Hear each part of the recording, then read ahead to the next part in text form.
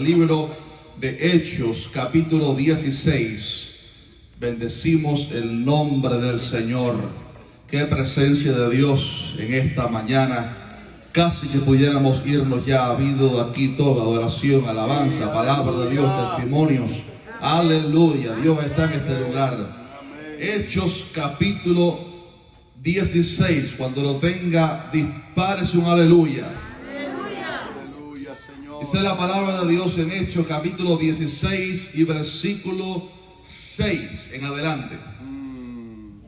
Y atravesando Frigia y la provincia de Galacia, les fue prohibido por el Espíritu Santo hablar la palabra en Asia.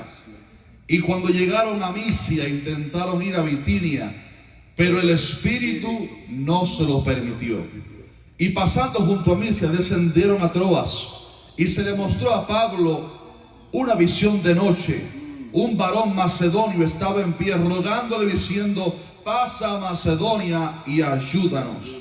Cuando vio la visión, enseguida procuramos partir para Macedonia, dando por cierto que Dios nos llamaba. Diga fuerte: Dios nos llamaba. Aleluya, para que anunciásemos el Evangelio. Padre, gracias te damos en esta mañana preciosa. Podemos sentir tu presencia en medio nuestro. Oramos que esta palabra, Señor, sea sembrada en nuestros corazones y salgamos hoy de aquí aún más edificados y llenos de tu palabra. En el nombre de Jesús. Amén y amén. Pueden tomar asiento, estimados hermanos.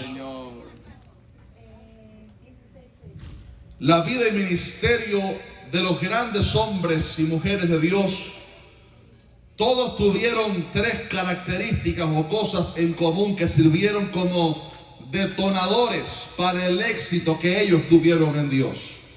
Número uno, ellos tenían guianza de Dios. Ellos oían la voz de Dios. Número dos, ellos obedecían la voz de Dios. Y número tres, producto de obedecer a la voz de Dios, veían en su vida el cumplimiento y la realización del propósito de Dios para sus vidas. Ese es el número 3, propósito. Hoy te quiero hablar acerca de cómo comprender, obedecer y realizar el llamado de Dios para tu vida, para mi vida. Y para esto ocuparemos este pasaje de Hechos, capítulo 16. Al leer los capítulos anteriores, vemos cómo Pablo, acompañado de Bernabé, fueron en su primer viaje misionero. Cuando estaban en Antioquía, Dios les habló y dijo: sepárenme a Saulo y a Bernabé para la obra que los he llamado.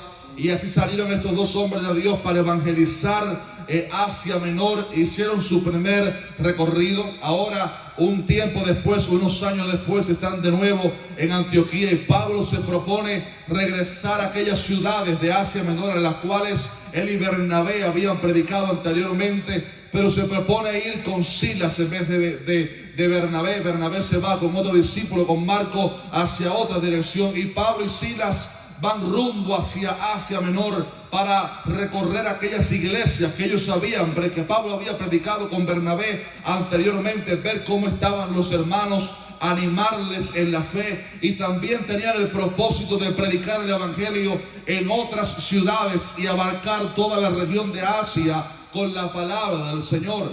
Tenían un tremendo plan, un tremendo propósito. Pablo estaba haciendo todos los ajustes, que estaban listos para ese viaje. Comenzaron el viaje y ya cuando llegan a aquellas regiones visitan las iglesias y ahora van a comenzar a predicar el Evangelio en Asia, en nuevas ciudades. Sin embargo, de pronto el Espíritu Santo les habla y le cambia a Pablo los planes que él tenía de predicar en la región de Asia.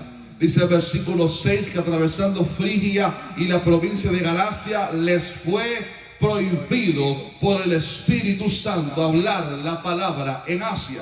Sencillamente no era el tiempo de Dios para predicar la palabra en Asia.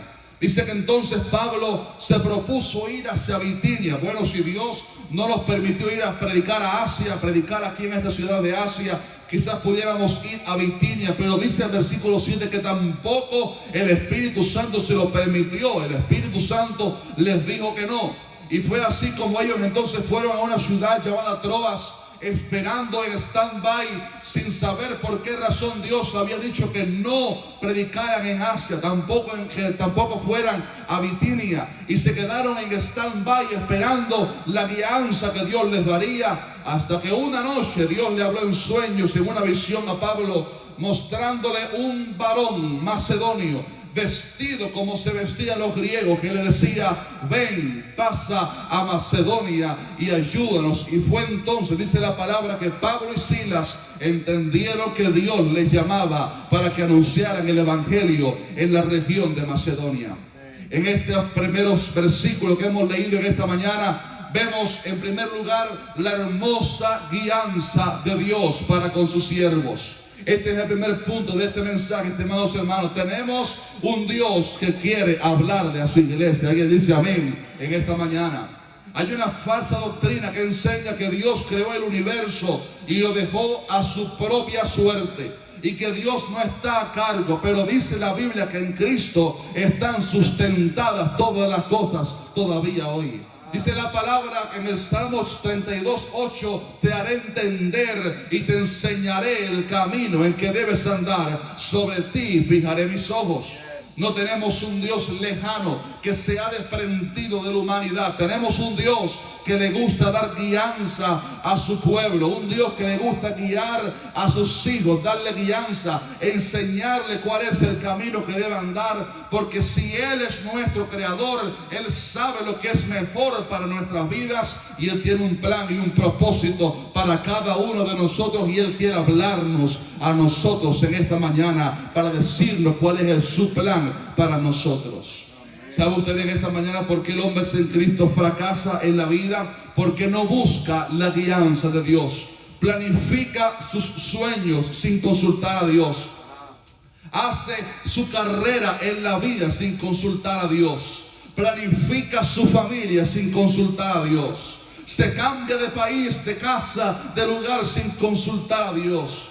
Hace sus negocios en la vida sin consultar a Dios. Y la consecuencia de no consultar a Dios y hacer nuestros propios caminos es siempre un fracaso. Pero el cristiano verdadero ha aprendido que la mejor decisión en esta vida es rendirnos al Señor y decirle: Señor, no te quiero para que tú cumplas mis sueños. Quiero que tú me digas cuáles son tus sueños para mi vida y que tú entonces los realices. Aleluya. A través de la palabra, estimados hermanos, Dios nos habla para nuestras vidas, nos da guianza. Esta es una de las razones por la cual vemos muchos cristianos en pleno siglo XXI que caminan en oscuridad, en tiniebla, no saben qué hacer en su vida, andan en tinieblas, no saben qué hacer, porque nuestra generación tristemente lee muy poco la palabra de Dios. Pero lámpara es a mi pie tu palabra, Señor, y lumbrera a mi camino. El apóstol Pedro dijo en su segunda carta que tenemos la palabra profética más segura, a la cual hacemos bien en estar atentos como una antorcha que alumbra el lugar oscuro. Queremos guianza para nuestras vidas, queremos saber la voluntad de Dios. Hay un libro poderoso, precioso, el libro por especial, que es la palabra de Dios, que nos guía hacia cómo llegar al cielo. Nos enseña cómo tener guianza divina, nos enseña cómo vivir la vida cristiana en victoria, nos enseña cómo vencer el pecado, nos enseña cómo vivir llenos del Espíritu Santo, nos enseña cómo escuchar la voz de Dios en oración. Esta palabra, estimados hermanos, nos enseña la palabra de Dios, así como el Espíritu Santo nos habla a nuestros corazones. Toda persona que tiene el Espíritu Santo tiene la experiencia que el Espíritu Santo le indica, lo dirige, le enseña. Por eso Romanos 8:14 dice que todos los que son guiados por el Espíritu de Dios, estos son hijos de Dios. Al leer este pasaje en esta mañana y vemos cómo Dios le habló a Pablo y a Silas, y le digo: no pueden predicar en Asia, no pueden predicar en Bitinia, pero sí vayan ahora a la región de Macedonia. Vemos un Dios que le interesa que su pueblo se acerque a Él para escuchar su voz. En esta mañana necesitamos decir: la iglesia de Cristo necesita entrar en la intimidad de Dios para escuchar lo que Dios quiere decirle a su pueblo. La iglesia necesita entrar en la intimidad de la oración, en lo secreto y lo profundo de la palabra del Señor, para saber cuál es el propósito de Dios para nosotros. Porque una iglesia sin guianza de Dios es un barco que va sin brújula. Un cristiano sin buscar la guianza de Dios es alguien que va sin brújula en un mar embravecido. Pero cuando Dios nos habla y nos dejamos guiar por esa palabra, entonces vamos a puerto seguro, porque Dios nos guiará siempre hacia caminos de justicia. Aleluya. Pablo y Silas querían ir a Asia, querían ir a Bitinia, pero el Espíritu Santo no se los permitió. Lo segundo que veo en esta historia, avanzando rápidamente, es que esta gente no se negaron a la voluntad divina. Recuerda el segundo principio, la obediencia. Ellos no refunfuñaron, decíamos, no pelearon contra Dios intentando torcerle el brazo a Dios, sino que ellos obedecieron la voz de Dios. Dios dijo, no vayan a predicar a Asia. Ellos no predicaron en Asia. Dios dijo, no vayan hacia Bitinia. Ellos no fueron a Bitinia para predicar. Y ojo, que lo que ellos querían hacer era algo buenísimo, predicar la palabra. Pero simplemente Dios había dicho, no es el momento de ir a Asia, no es el momento de ir a Bitinia, no es el plan que tengo ahora mismo con ustedes. Hay otro plan allá en Macedonia que lo veremos más adelante. Y esta gente sometieron su voluntad, sometieron sus proyectos, sus sueños a la obediencia al Señor. Yo pregunto en esta mañana, ¿cuántos están dispuestos a rendir sus sueños para que se cumpla el sueño de Dios en nuestras vidas? ¿Cuántos están dispuestos en esta mañana a doblegar a veces nuestra propia voluntad, nuestros anhelos, nuestros sueños, para que se realice el sueño de Dios en nosotros? Hace unos días he estado hablando con mi esposa como cuando uno es joven, uno tiene un montón de sueños y planes, y uno planifica las cosas, y uno dice, voy a hacer esto y esto y esto, pero en el camino Dios comienza a revelarle a uno qué realmente es su plan para nosotros, cuál es su sueño para nosotros, cuál es su deseo para nosotros. Y en la obediencia se encuentra el secreto de victoria para un cristiano. Una vez que ha escuchado cuál es la voluntad de Dios para su vida, el creyente debe obedecer esa palabra de Dios para que su propósito, su sueño, aleluya, su voluntad sea establecida en nosotros, como Jesús nos enseñó a orar. Tu voluntad, Señor, sea establecida aquí también en la tierra como se hace en el cielo. Hace unos años aprendí una frase que me ha servido muchísimo, y dice esta frase: en el Evangelio el fin no justifica los medios. En el Evangelio el fin no justifica los medios. Cuando comenzamos, que dice la Biblia, comenzamos a ver en internet cómo a veces la gente quería justificar los medios para llegar a un fin. Decían, sí, pero mi fin es bueno. Pero es que en el Evangelio el fin no justifica los medios. Saúl pensaba que podía desobedecer la palabra de Dios porque tenía un buen fin. Saúl fue encomendado por Dios para destruir los amalecitas y todo lo que ellos tenían. Y Saúl, teniendo un fin aparentemente piadoso, no es que yo voy a rescatar las ovejas más gordas para sacrificarlas a Jehová, y no hizo lo que Dios le había dicho de matar todo el ganado de los amalecitas, de matar toda aquella gente malvada, y dejó vivas ciertas personas y cierto ganado. Y cuando Samuel lo confronta y le dice, ¿qué has hecho? ¿Por qué has desobedecido? Saúl dice, es que dejé lo más precioso del ganado para ofrecerlo a Dios. Y Samuel le dice, pero es que eso no fue lo que Dios te mandó. Y le enseñó entonces un versículo que a mi papá me enseñó a mí cuando tenía como 10 años, que dice, el obedecer es mejor que los sacrificios. El fin no justifica los medios. ¿Sabe usted lo que hizo grande a gente sencilla y humilde que simplemente obedecían la palabra que Dios había dado? que simplemente Dios hablaba, ellos obedecían. Dios decía, haz esto, ellos lo hacían. Dios hablaba, ellos obedecían. Abraham obedeció una palabra de Dios que parecería loca si le dijera a cualquiera de nosotros: Abraham, sal de tu tierra, de tu parentela. Imagínese usted viviendo aquí en Miami con su familia durante décadas. Sus padres, sus abuelos han vivido en esta tierra, y de pronto Dios dice: agarre el avión que va para Sudáfrica, y no te voy a decir lo que para cuál casa vas, nada, pero agarre un avión mañana mismo y vete hacia Sudáfrica, porque tengo un plan contigo allá. Algo parecido fue lo que Dios hizo. Abraham, sal de tu tierra, de tu parentela, sin Google Maps, sin Waze, sin destino. Vete, porque te voy a dar una tierra a ti y a tu descendencia. Y Abraham lo que hizo simplemente fue obedecer la palabra que Dios había dado.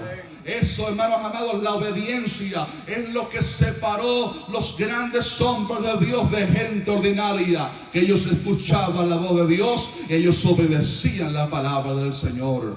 Una vez hemos oído la guianza de Dios, debemos ser hacedores de esa palabra, como nos aconseja Santiago en el capítulo 1, versículo 22, que dice: sed hacedores de la palabra y no solamente oidores. Dios está buscando una iglesia que se acerque a su presencia, a su palabra, para escuchar su voz, escuchar su voluntad. Pero una vez hemos escuchado su palabra, tengamos un corazón humilde para rendir nuestra voluntad. Rindamos todo lo que somos para entonces obedecer la palabra que Dios nos ha dado. Muchos mensajes que recibimos en las redes sociales son de personas preguntando lo obvio. Saben cuál es la voluntad de Dios, pero no han querido doblegar el orgullo, no han querido doblegar la carne, no han querido doblegar sus sueños, no han querido doblegar sus apetitos carnales, y siguen preguntando las mismas cosas cuando ya ellos saben cuál es la forma para ser libre, para romper las cadenas a través de Cristo. Saben cuál es el recurso, pero no han obedecido, no se han entregado, no han roto su vasija de alabastro para que sea la voluntad de Dios la que se haga en sus vidas. Pero Pablo y Silas, aunque tenían una gran pasión por predicar en Asia, y después por allá arriba, ellos doblegaron su voluntad y simplemente obedecieron la voz de Dios. Porque si Dios los estaba llamando hacia Macedonia, era porque Dios tenía algún plan, algún propósito en Macedonia. Hay gente aquí en esta mañana que han hecho locuras ante los ojos a veces de la gente y de la familia por obedecer una palabra de Dios. Hay gente aquí que ha tomado decisiones radicales en su vida, y que la familia inconversa, sin comprender la palabra de Dios o cómo funciona Dios, te ha llamado loco, pero has decidido seguir a Cristo por encima de todas las cosas. Aleluya. Has decidido llamarte cristiano aunque te digan obsoleto, viejo, anticuado. Aleluya. Has decidido entrar en un camino que lleva al cielo, que es estrecho, pero que tiene un fin seguro de vida eterna. ¿Cuántos pueden alabar a Dios en esta mañana? Oh, hermanos amados, Pablo y Silas querían ir a Asia. Oh, pero Dios les había dicho que no. Y Dios les dijo entonces: vayan hacia Macedonia. En una visión Pablo ve a un varón macedonio vestido con la ropa que se ponían los macedonios, los griegos. Y Pablo entendió que Dios les estaba llamando para predicar la palabra en Macedonia. Y dice la palabra que enseguida fueron rumbo hacia Macedonia. Y al entrar en la primera ciudad de Filipos, se dieron cuenta en esos días por qué razón Dios los había llevado a Macedonia. Y es que Dios tenía un plan para hacer algo grande en la primera ciudad de Macedonia, en la ciudad de Filipos. Algo Dios quería hacer ahí. Aleluya.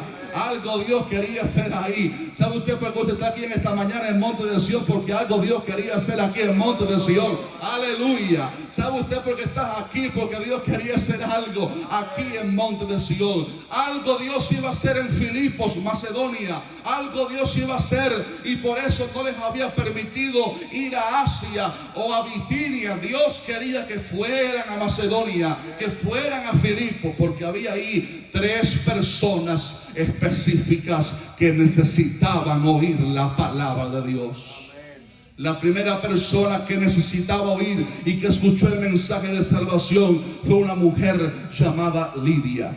Al leer un poco los comentarios bíblicos, todo indica que Lidia era una mujer prosélita, era una judía que vivía en Filipos. Aparentemente no había demasiados judíos en Filipos en ese entonces.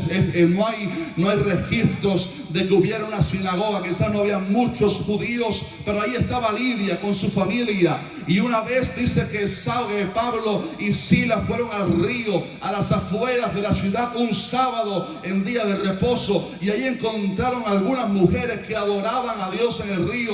Ahí estaba Lidia adorando al Dios de los hebreos. Era judía, tenía conocimiento, sabía la Torá, sabía la ley de Dios. Era una mujer que estaba intentando acercarse a Dios a través de la ley. Estaba adorando a Dios ahí en el día sábado, pero ella tenía un gran problema, que no era salva porque no había accedido al único camino que nos da la salvación. Aleluya, la persona de Jesucristo. Cuando Cristo murió en la cruz del Calvario, se convirtió en la única persona, el único camino a través del cual podemos ser salvos. La religión no salva, el conocimiento no salva, el judaísmo no salva, el tener sangre judía no salva, el tener todas las calificaciones, los títulos de esta tierra no salva. Lo único que salva es reconocer y aceptar a Jesucristo como el Señor y el Salvador de nuestras vidas. Alguien puede alabar a Dios en este día. Aleluya. Era una buena mujer, pero le faltaba conocer el camino para ser salva. Y ella escuchó la palabra. Dice la Biblia que Dios abrió su corazón para comprender las Escrituras. Es lo que hace el Espíritu Santo cuando escuchamos la palabra. Él abre nuestro corazón para que la palabra se siembre. Yo lo siento en esta mañana, que esta palabra está sembrándose en nuestro espíritu. Aleluya. Y ella se gozó y aceptó a Cristo, y ella con toda su familia se bautizaron, aleluya, y comenzó a servir al Señor inmediatamente, porque dijo: hermanos, yo estoy gozosa, estoy alegre, por favor les brindo mi casa para que se queden ustedes aquí en Filipos y hagan todo lo que tengan que hacer. Esa mujer tenía un gozo tremendo porque había encontrado al Jesús, al Mesías que estaba esperado, y esa mujer por primera vez en su vida había nacido de nuevo. Por primera vez en su vida sentía que ríos de agua viva brotaban de su interior. Aleluya. Y estaba gozosa con toda su familia. Oh, Dios había traído a Pablo y Silas porque hacía falta salvar a una mujer judía llamada Lidia, que sabía de la Torá, pero tenía poco conocimiento de Cristo. Mas ese día ella fue salva. La segunda persona por la cual Dios trajo a Pablo y a Silas a Filipos, a la ciudad de Filipos, fue una joven a la cual la gente la veía como peligrosa, la veía como interesante, la veía como la revelación, la veían como la ungida, la veían como la que tiene tu futuro, la tenían como la que sabe lo que te va a acontecer mañana. Una pobre joven endemoniada con un espíritu de adivinación. Y oiga esto: Satanás tiene ciertos poderes. Satanás es un mentiroso, y el diablo tiene planes para su gente impía. Aleluya. Él sabe los planes que tiene para su gente impía. Sobre nosotros no tiene poder y autoridad. Aleluya, porque somos de Cristo. Pero el diablo a los suyos los tiene presos y sabe los planes que le va a hacer mañana. Y por el poder del diablo, esta muchacha le adivinaba supuestamente el futuro a la gente, y la gente venía a verla, y era una esclava. Sus amos se beneficiaban económicamente, así que ella no solamente era esclava espiritualmente, sino físicamente. Una muchacha que necesitaba liberación. Y un día Pablo y Silas iban caminando, y en varias ocasiones les aconteció esto, que, valga la redundancia, esta joven comenzó a seguirles y decir: estos hombres son los que predican el evangelio de Dios, son los que predican las buenas nuevas. Hasta que un día Pablo se dio cuenta que ella hablaba por un espíritu demoníaco, y con toda la autoridad que tenía Pablo y que todavía hoy tiene la iglesia de Jesucristo, toda aquel que ha nacido de nuevo y que está lleno de Dios, se dio vuelta y le habló al demonio y le dijo: espíritu, te ordeno en el nombre de Jesucristo que salgas de ella. Y dice la Biblia que a los 7 días salió de ella. Dice eso, ¿cómo dice? A los 3 días salió de ella. ¿Cómo? Es que no oigo bien. A los 5 días. ¿Cuándo?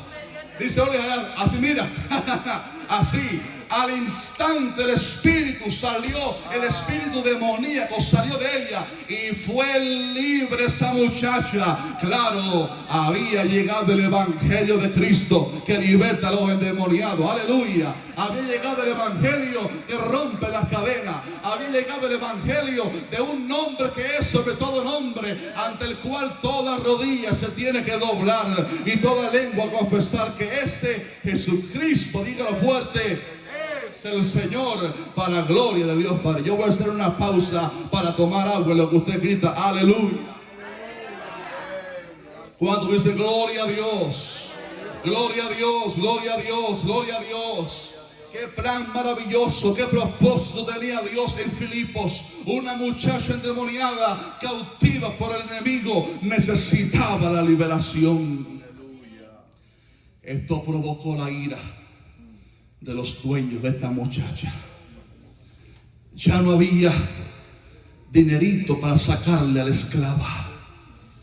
Se quejaban ellos: ¿por qué la liberaron?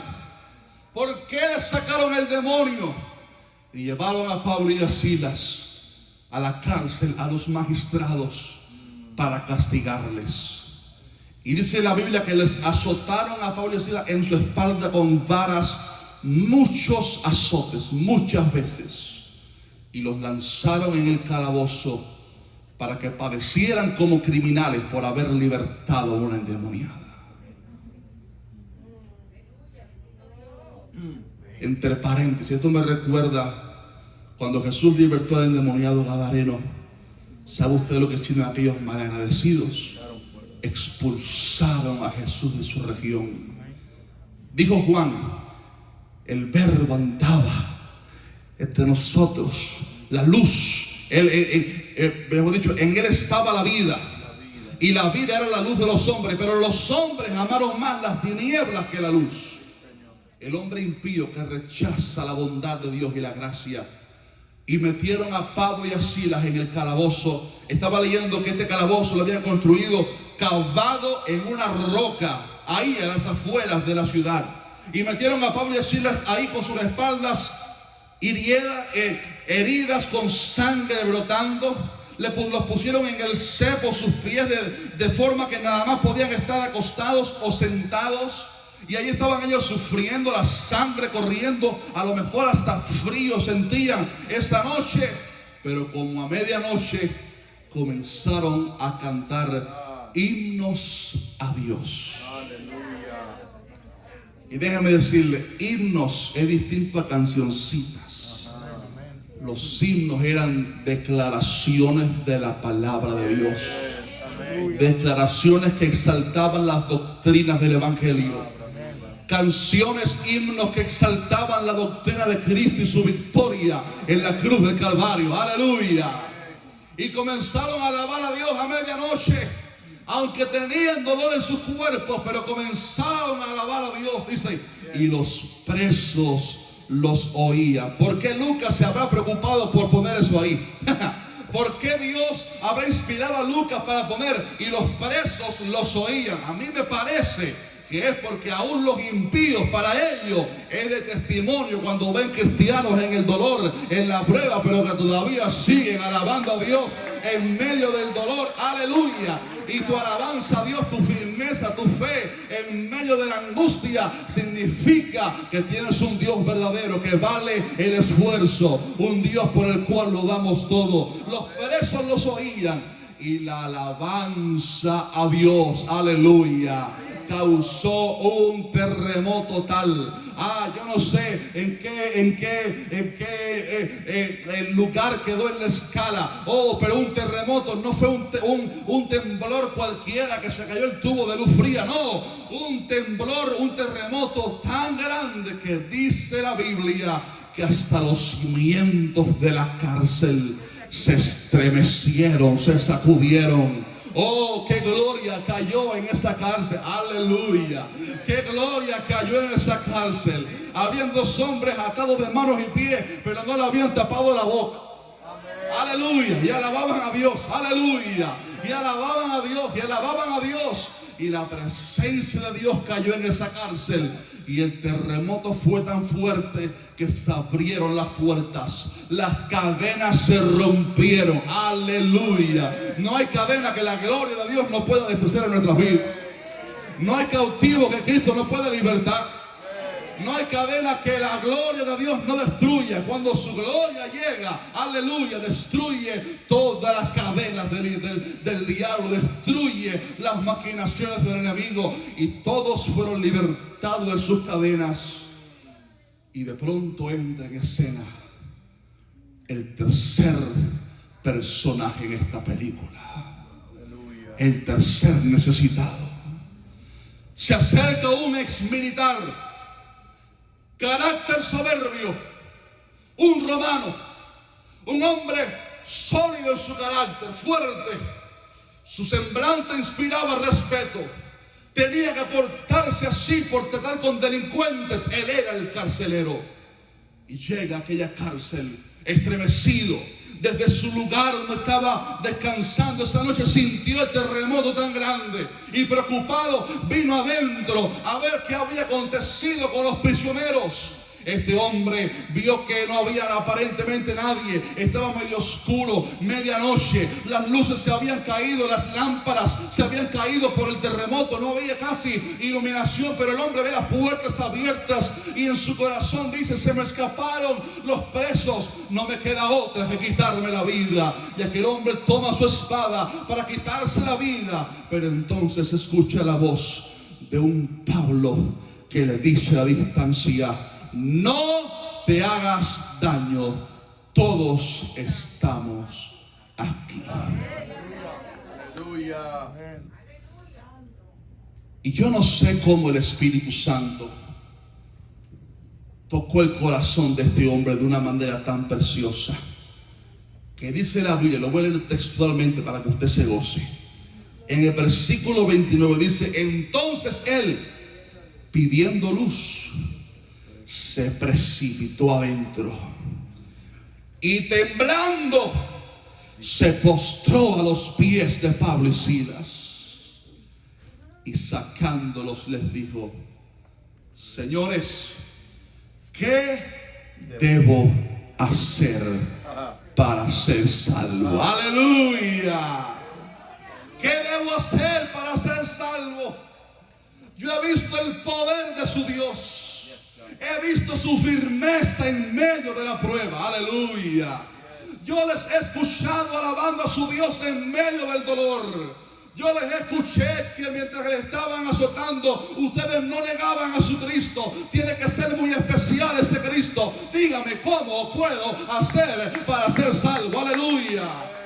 Y ellos le dijeron: cree en el Señor Jesucristo y serás salvo tú y tu casa. Y ese hombre se convirtió con su familia, se bautizaron. Dice el versículo 34, me fascina. Mire, está precioso este versículo. Dice: y llevándolos a su casa les puso mesa y se regocijó.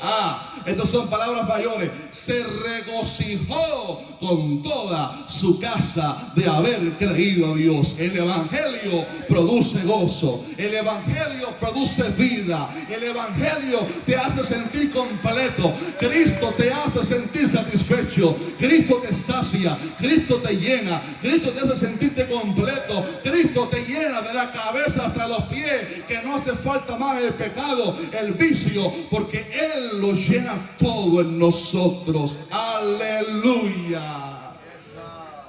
Qué proyecto tan lindo tenía Dios en Macedonia. Qué plan tan precioso tenía Dios en Filipos.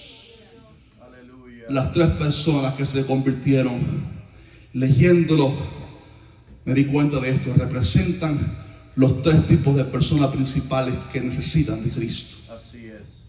Lidia representa a la gente buena, religiosa, con conocimiento, pero que no han podido conocer a Dios. Ella intentaba adorar al Dios verdadero, pero le faltaba el nuevo nacimiento. La religión no nos salva. La religión no salva a nadie, Cristo nos salva. Pero ese día ya había conocido de Jesucristo. La joven adivina, esclavizada por Satanás, me recuerda a la gente que está esclavizada en los vicios, borrachos, endemoniados, drogadictos, pornógrafos, gente entregada, esclavizada por el diablo. También para ellos Cristo murió.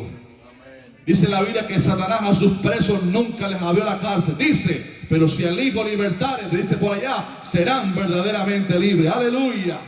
Cristo murió por el religioso para que sea salvo. Cristo murió por el cautivo para que sea libre de su cadena. Y Cristo también murió por gente como el carcelero, afanados en sus vidas, pensando que son libres, llenos de proyectos, dinero, finanzas, lo que sea, pero son más cautivos que el mismo drogadicto, porque están atados en su interior. Aún por esa gente Cristo murió. En Cristo está la solución. Dice la palabra que después de este evento maravilloso, los magistrados de Filipos les pidieron que salieran de la ciudad.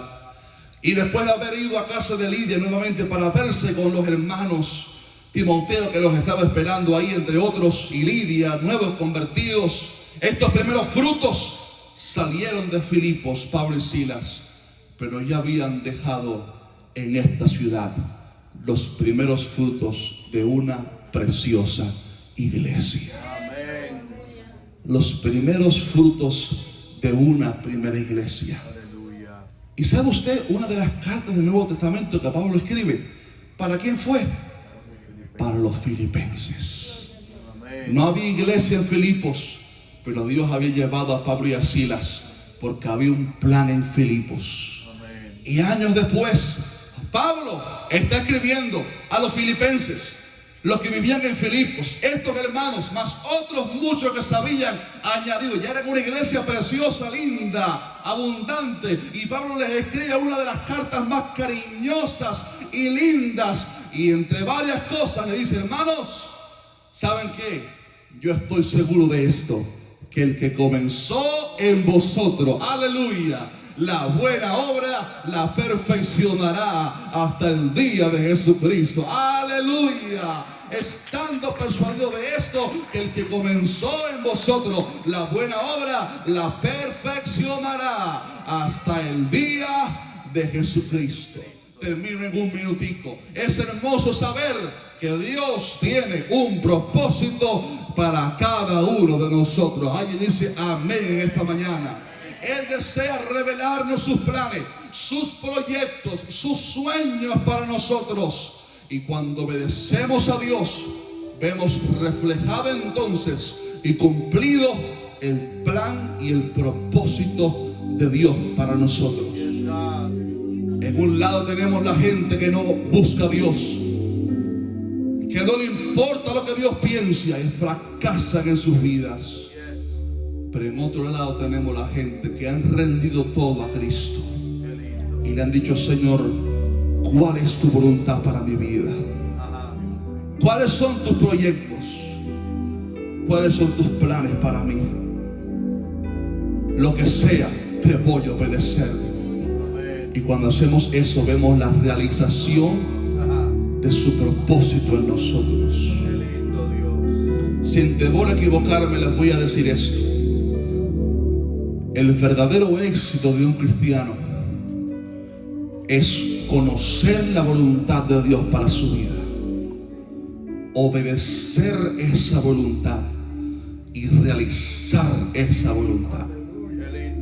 Hace un mes le decía aquí a los jóvenes, un viernes, cada uno de nosotros nace debajo del brazo con un cofre que viene con el propósito de Dios para nuestras vidas, sus planes para nosotros. Y nuestra misión es descifrar ese cofre, abrirlo, conocer el propósito de Dios, obedecerlo y realizarlo. Cuando escuchamos la voz de Dios y la obedecemos, vemos entonces una vida cristiana fructífera, dando frutos, sirviendo a Dios. Dios te quiere usar, Dios te quiere hablar, Dios quiere hablarnos a nosotros, Dios quiere decirnos su voluntad. Digamos, Señor, heme aquí. ¿Cuál es tu sueño para mi vida? ¿Cuál es tu voluntad para mi vida? Señor, mira, tengo esta semana esta cuestión, este asunto, este proyecto en el trabajo, en la empresa, en mi familia. ¿Cuál es tu voluntad con respecto a esto? Y una vez escuchamos su voz, sometemos todo lo que somos a los pies del Señor. Y entonces veremos cómo su propósito, no mi propósito, su propósito se establece, se desarrolla y se cumple en nuestras vidas.